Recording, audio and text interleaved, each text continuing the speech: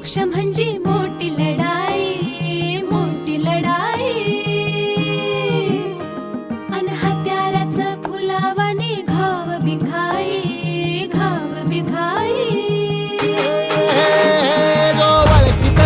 औक्ष म्हणजे मोठी लढाई आणि हत्याराचं फुलावानी घाव बिघाई. गळ्यामध्ये पडल त्याच्या माळी जयाची, गळ्यामध्ये पडल त्याच्या माळी जयाची. तू चाल पुढं, तू चाल पुढं, तू चाल पुढं, तुला रगड्या भीती कशाची.